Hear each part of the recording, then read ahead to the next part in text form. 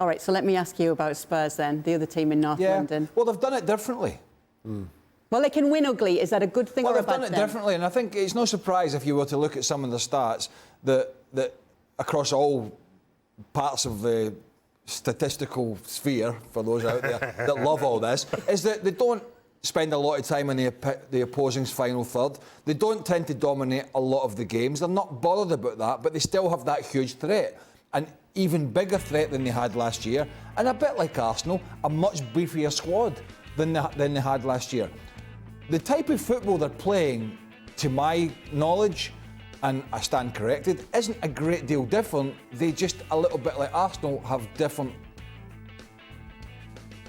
They have stronger players, a stronger squad, and the ability to change a game more progressively than they had last year.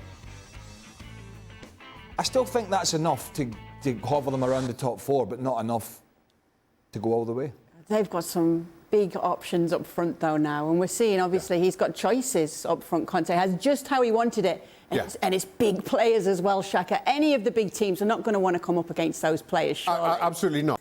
Again, it's tough to call at the top, certainly between those two, particularly because of how different they are in so many different ways. The last time out, it was Kulusevski and Richarlison floating, if you want to call it that, but behind Kane. Previously, it's been Heung-min Son, who hasn't been playing well, as you said. But, I mean, the one thing when I look at Tottenham, if they play in a 3-4-3, which ultimately becomes a 3-5-1, because they do defend so deep sometimes, but when they are attacking, if they do get caught out of shape, I worry about that four in the middle getting exposed and exposing that back line of Dyer, Davies and Romero, or whoever it is. Perisic is a fantastic pro. He's in his 30s now.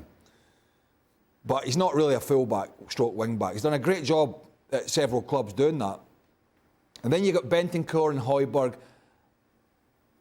Bentancur, clever in the ball. Højbjerg, more of a grafter. Is that strong enough in the middle of the park? I think there's question marks there. And I'm not the biggest fan of Emerson Royal. I think he's decent, but I think they're not the two greatest wing-backs in the world. I think, obviously, Perisic is winning on the experience side. And that sort of concerns me at times, that they do get bossed quite a bit in midfield. Now, I hear it, yeah, we're happy to do that because we'll hit teams on the counter. Whether you can do that all season remains to be seen. But I think the middle of the park with the wing-backs and the back line are a little bit of an Achilles heel for them if the front boys are not producing, which they are at the moment. When we return from the international break, it's When's the North London derby. A couple of weeks. Start praying. It's soon. October 1st, do you have a feeling as to who's the favourite in this one? It's at Arsenal. With it being at Arsenal, I think Arsenal have to go into this as favourites. I think Arsenal get the job done. I don't see Arsenal losing. I don't see them losing at all. I'm more think that they will win more so than Spurs. Craig? Yeah, I wouldn't disagree with that. I mean, they've played some silky stuff.